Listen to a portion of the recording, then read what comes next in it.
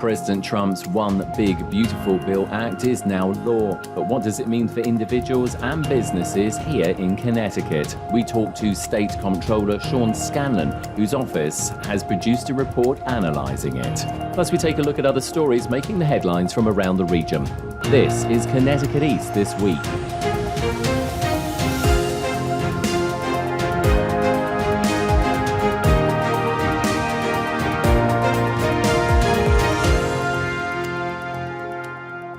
Hello, I'm Brian Scott Smith. President Trump called it his One Big Beautiful Bill Act and signed it into law recently. There's been much said about the bill before it became law and, of course, since. But how do we cut through the noise and try to understand what it might mean for individuals and businesses closer to home here in Connecticut? Just recently, the State Comptroller's Office released an analysis of the One Big Beautiful Bill Act to answer those questions. Joining us on the podcast is the State Comptroller Sean Scanlon. Glad to be here. Thanks for having me. So recently your office released a special examination on HR1, the One Big Beautiful Bill Act, which was recently signed into law by President Trump on July 4th. The interesting thing about this 31-page document, it's extensive, is I like the fact that it just drills down a lot of very important facts which affect all of us at the end of the day. So what I'm going to make clear to the listeners is the conversation that we're about to have over this document is not a political conversation. We're going to look at the positives, the negatives of various things, how they potentially could affect people. And as you say in your own sort of preface on the report, it's created for you to see how this may affect you individually here in the state. I'm going to jump straight in with the first question. How big an impact will this bill have on the state's economy? I wrote the report, Brian, because I think it's going to have a big impact on our economy, not just right now, but in the years to come. And I did write that preference personally myself in the words that I did, because I think it's important with all the stuff coming at people right now. From the left, you heard it's the worst bill in the world. From the right, it's the best bill in the world. The truth is always somewhere in between. And as I say in the top of this report, there are things in this bill that I think are going to help people in Connecticut, and there are things in this bill that I think are going to hurt people. I leave it to you, the listener, you, the reader, to come up to your own conclusion. But no matter how you look at it, the impact on our economy is going to be great. People are going to see big tax cuts in this piece of legislation, and people are going to see big benefit cuts as a result of this legislation. And on either end of the spectrum, that is going to have a big impact. But I don't have a crystal ball, and I don't want to make a prediction of exactly what it's going to mean. There will be an impact here for sure. One question I did want to put to you is, how do you feel that this bill will affect the already agreed biennial state budget? Because, of course, that's just been agreed. So give us a sense of your thoughts on that. I think the leaders of the legislature and the governor all said during the piecing together of that state budget that they believe that they would likely have to come back for a special session in the fall to deal with maybe the budget being out of balance because of one thing or the other, or because of the impacts of that program. What I would say to you, Brian, is that a lot of the changes that are going to lead to potentially people losing benefits like Medicaid or food assistance that we're going to get into later in the conversation, they don't actually take effect until after 2026. And so I think there is some time for us to really understand what these changes are, and therefore not necessarily require a special session unless people want to proactively address some of these other issues. There are other things that I think are going to require them to come in that are related to this bill, which we can maybe get into, but how big of an impact? I think the impact will not be immediate. It's going to be over the next few years. So just to follow up on that question, then, what changes do you think may have to be made to the budget? Do you think that you mentioned obviously about a special session later this year, because like you said, there's a lot of different things which are constantly moving around, but do you believe that there will have to at least be some select changes possibly made in the special session, possibly to the budget that's already been agreed? Two things come to mind. One of the big things in this bill dealing with Medicaid, for example, is it requires states to come up with a work requirement program. In the states that have done that already, they have spent hundreds of millions of dollars to put together those programs. And we don't have hundreds of millions of dollars of room in our budget. We're not accounting for that. And now we have to account for that. We have 2 years to develop that program. So whether it's we have to adjust the budget to spend money to develop programs as a result of this, that might be one bucket you'll see them coming back to do. But then there's also the programmatic stuff. So Access Health CT, it's the Affordable Care Act's exchange. So people who get their health insurance because of the Affordable Care Act that passed under President Obama many years ago. There's 100,000 people in our state, Brian, that get their health insurance through the exchange. And on December 31st, if there's no additional action in Congress because it was not in this bill, the people who get what's called an advanced premium tax credit to afford their insurance on the exchange are going to see a 75% premium increase on average because this tax cut is going away.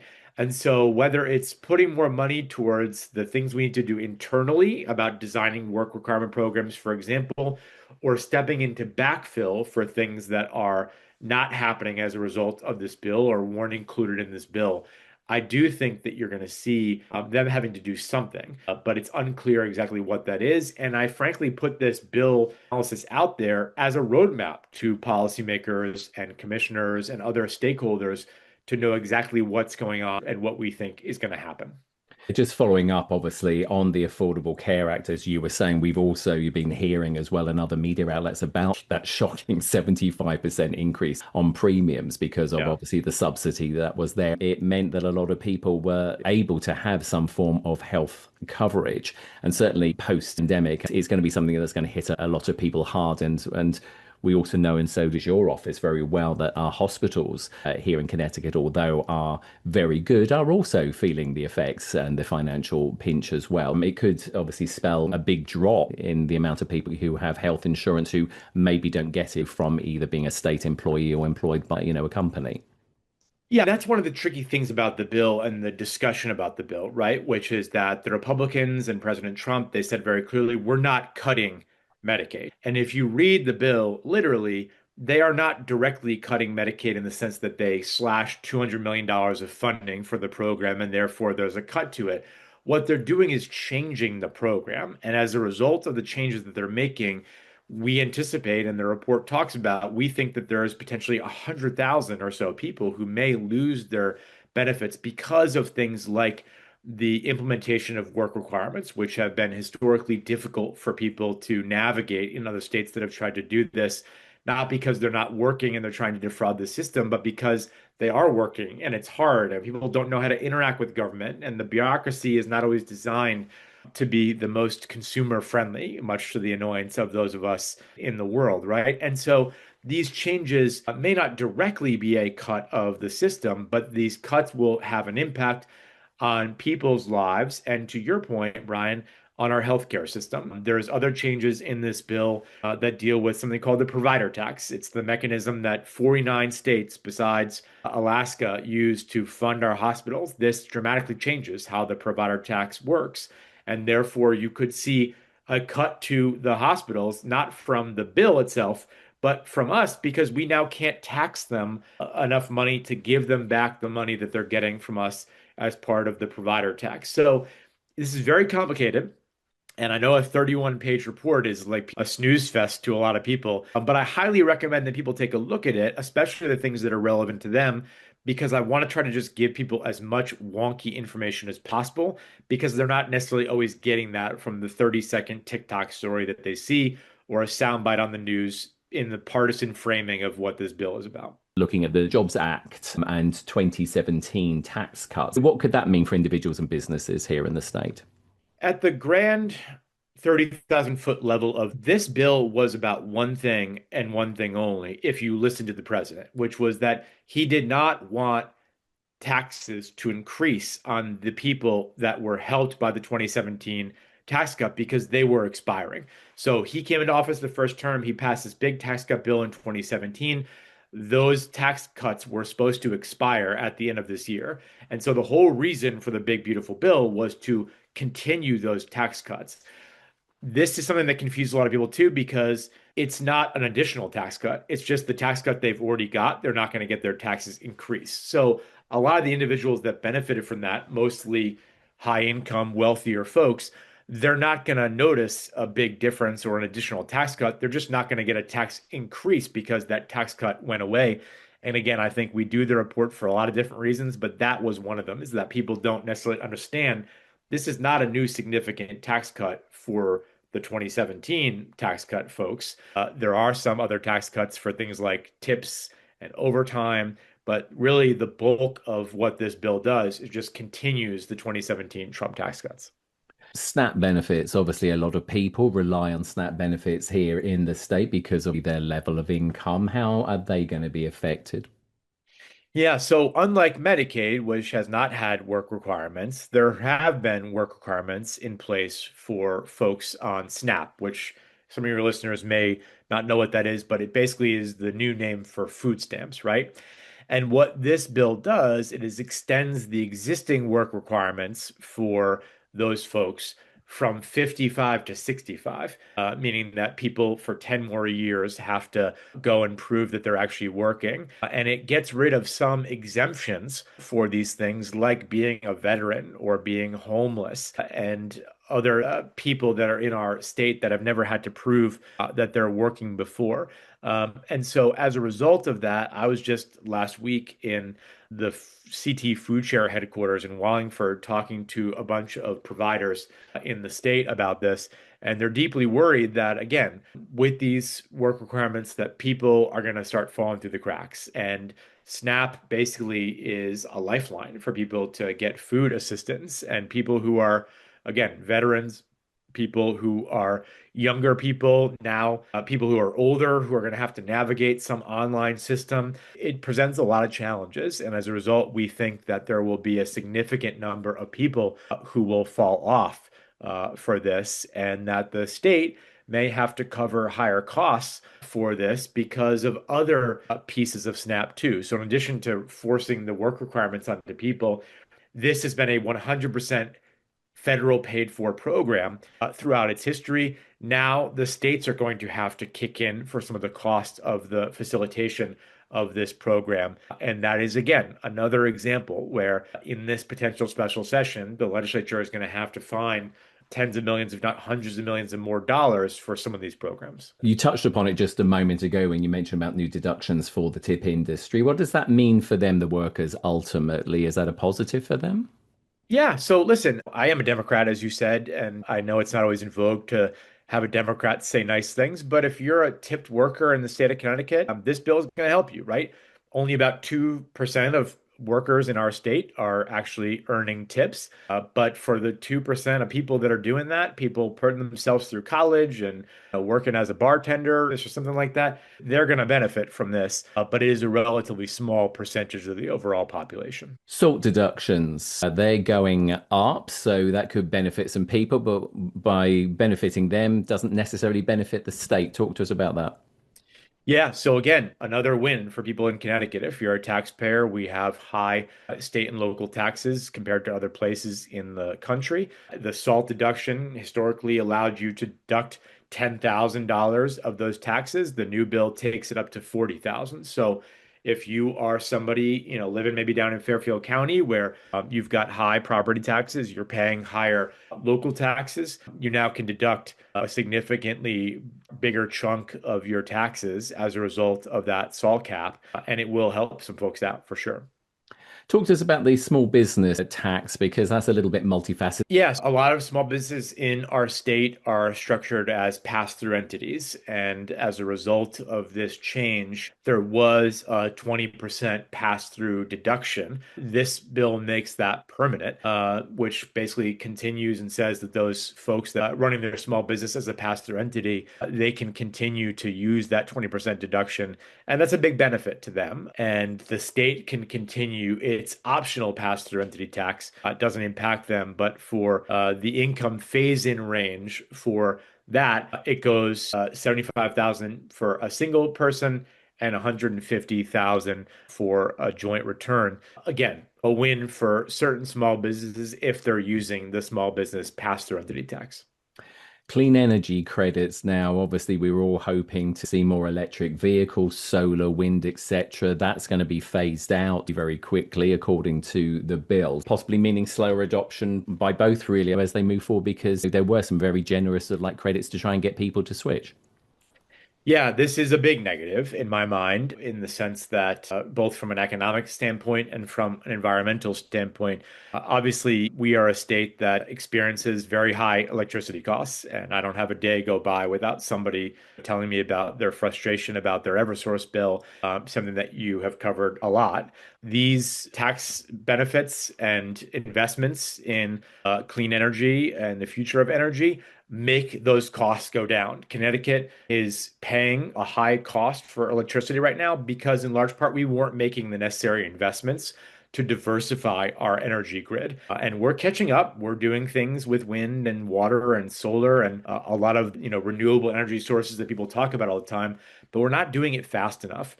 And the federal government under Joe Biden and under previous presidents was helping the states do that to help us transition away from these carbon not great and expensive sources to these renewable energy sources. This bill gets rid of a lot, if not all, of the assistance programs, which means it's going to be more expensive for you to buy an electric car because the incentives are not there.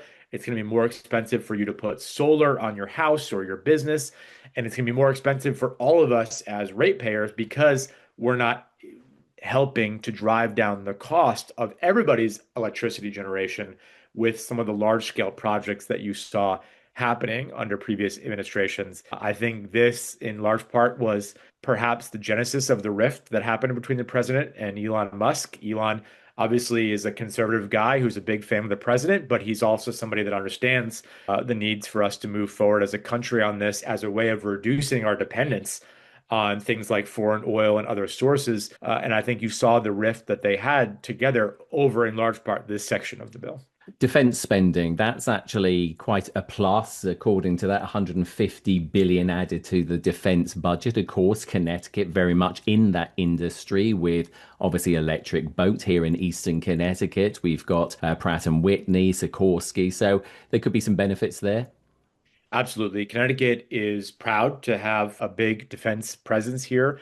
We make jet engines, we make submarines, we make helicopters for the military. We have the Coast Guard Academy and a major Coast Guard presence here. That 150 billion is a good thing for Connecticut in the sense that we may see additional money flowing into the state, which then creates jobs and economic opportunity. But it remains to be seen exactly where that money is going to get spent. I think that's something that's going to play out over the course of a long time. But we are proud to have that industry here, and hopefully we get to benefit from some of that $150 million of additional defense spending. Affordable housing funding. Now, apparently, a lower bond financing threshold could actually help stimulate developers and maybe stimulate more affordable housing. Is that correct? Yeah, we have a shortage of units of affordable housing in our state, and the main body called CHIFA, which is the Connecticut Housing Finance Authority, will have more public funds and flexibility to subsidize the creation of new housing units in Connecticut as a result of this bill. Somewhere in the range of $1 million or so more would be expected in 2026. And we think that's a good thing. Obviously, we're having a big debate in Connecticut right now about affordable housing. It was a big debate in the legislative session. Any money that we get additionally from the federal government helps, but it remains to be seen exactly how much we're going to get.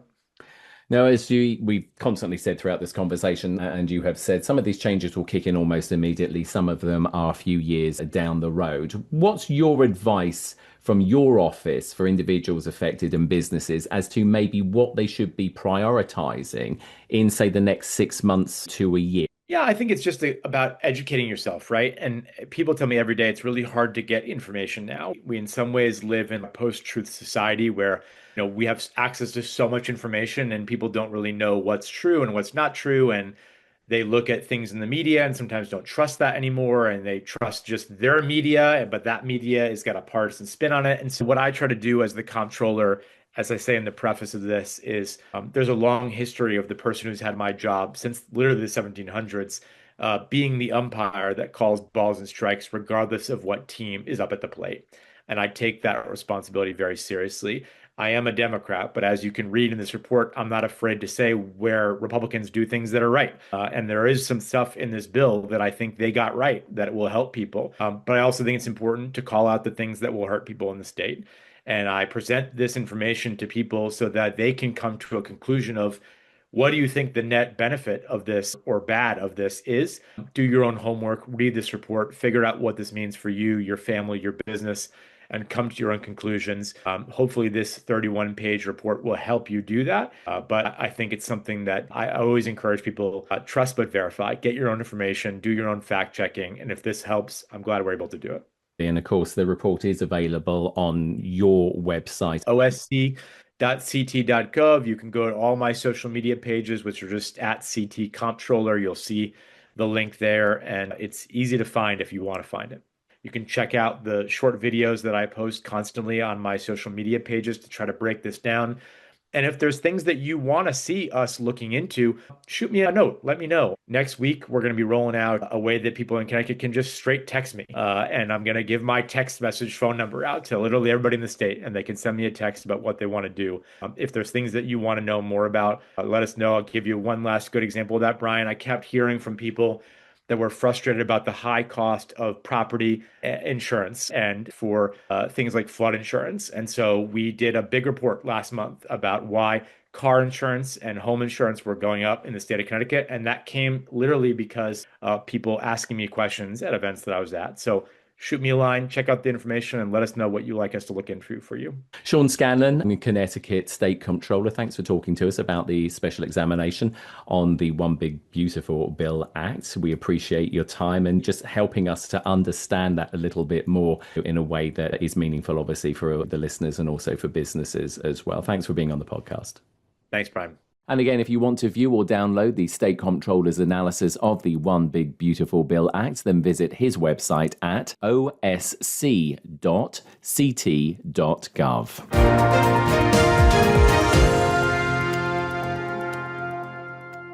Time now for a look at other stories making the headlines this week. U.S. Senator Richard Blumenthal, local officials and environmental organizations held a media event recently along the shores of the Connecticut River to combat what they said was misinformation about the use of a toxic herbicide to be used there. The chemical, called Dicot, is to be used to combat an invasive plant called hydrilla that is slowly taking over Connecticut's waterways. Right now, we are deluged with a lot of misinformation from people who have suspicions and doubts. We're here to dispel those doubts and say we must stop hydrilla before it kills other wildlife, habitat, environmental and ecological life in the Connecticut River and elsewhere because it spreads. Concerns over the use of Dicot were raised recently by Norwalk, Connecticut rap artist Chris Webby after he posted comments to social media and started a petition to try and stop the chemical from being used in the state. That prompted lawmakers and legislators to release statements supporting the use of Dicot and denouncing what they called misinformation over the issue. Alicia Charamut is from the non-profit Rivers Alliance of CT and said articles in the foreign press about it need to be read in context with how the chemical is being used. These articles rightly raise concerns about impacts on human health due to indiscriminate spraying in fields, where chemicals can drift through the air, can be inhaled or absorbed through the skin, and leave residue on our foods. That is not what's happening here. Let me be very clear. Our rivers, lakes, and ponds are not being crop dusted with chemicals just to see what happens. So far, the chemical is only being used in one small area of the Connecticut River by the Army Corps of Engineers, who are leading the hydrilla project, along with other herbicides, to see which one is most effective against hydrilla. Records from the Connecticut Department of Energy and Environmental Protection, who issue permits for the use of herbicides and pesticides in the state, show more than 900 Dicot permits have been issued since 2022 in Connecticut, and the state has been allowing the use of the chemical for the last 40 years. Homes and businesses in the town of Stonington could see massive disruption if a $48 million Connecticut Department of Transportation bridge replacement project goes ahead. The DOT have put forward plans to replace the 1940 Alpha Avenue viaduct that takes traffic into the borough and over Amtrak rail lines. Alyssa Bass is a homeowner whose property backs onto the viaduct and said although they were aware of the project, until recently they didn't know it was going to impact their property and others in the neighborhood. We are on less than a quarter of an acre, and they want basically the back third of our house. So it would be for construction staging. And based on where we know the line is, it would put the back corner of our house 6 feet away from the construction site itself, which to me renders our entire property unlivable. DOT say the bridge is in a bad state of disrepair and that it no longer meets height clearance requirements in the state for traffic going under it and for Amtrak trains. They say replacement of the bridge is the most economic way to correct the situation. Bass says, however, DOT's plans have changed dramatically from what they were originally told, and the new bridge will be bigger and closer to local properties. They've changed everything in terms of what they need around the property. They've also not, I think, been honest about traffic flow. I think they haven't been honest about environmental impacts that are going to happen from this project. My house dates back to 1840. If there's pile driving, if there's excavating 6 feet or 10 feet or 12 feet from my house, we will lose our house. Our foundation will crumble. A spokesman for Connecticut's Department of Transportation said the change of design was due to requests from local officials who wanted to keep two-way traffic open on the bridge throughout the reconstruction. DOT say they are open to public input and there will be an informational meeting at Stonington High School on July 31st at 6:30 p.m. and that designs for any future bridge won't be finalised until the spring of 2027, allowing plenty of time for public comment. The US Coast Guard Academy in New London held their change of command ceremony recently. Rear Admiral Gregory Rothrock became the school's 44th superintendent, replacing Rear Admiral Michael Johnson, the current superintendent, who stepped down after 2 years to retire. Johnson said his time at the academy was the most meaningful assignment of his 35-year Coast Guard career. I leave this Coast Guard not with sadness, but with overwhelming gratitude. Gratitude for the opportunities, for the people, for the moments that have changed my life and many others, and it sometimes changed the world for the better. And as I take this uniform off for the last time, I do so knowing that the service is in great hands. The next generation is ready, and the journey was well worth it. Johnson took command of the academy in May 2023, just a month before the news organisation CNN revealed a report called Operation Fouled Anchor that detailed historic allegations of sexual assault and abuse at the academy dating back to the 1990s. The Coast Guard is to undergo a massive transformation that will include the Coast Guard Academy in New London, according to the new Homeland Security Secretary, Kristi Noem. It's called Force Design 2028. Also, legal cases against the Coast Guard connected to Operation Fouled Anchor are still pending and waiting to be heard in court. And the Connecticut beer company, Athletic Brewing Company, based in Milford, has signed a new multi-year deal with the English football club Arsenal. The deal comes after a successful first year as the club's first non-alcohol beer partner, a deal they signed in August of 2024. Andrew Katz is the Chief Marketing Officer for Athletic and said they've learned a lot about British drinking habits as a result. What's happening with the drinkers in the UK? Overall, 82% of consumers in a recent survey have told us that they want to improve their overall health and lifestyle. So that's the overriding reason why. So it's not about either or. We're really seeing this pronounced trend towards moderation. Many Premier League English football games are now played during weekdays, which means supporters are moderating their drinking as they have to go to work the next day. Athletics beers in the US have also seen an increase in demand, with the company opening a third brewery in San Diego as a result.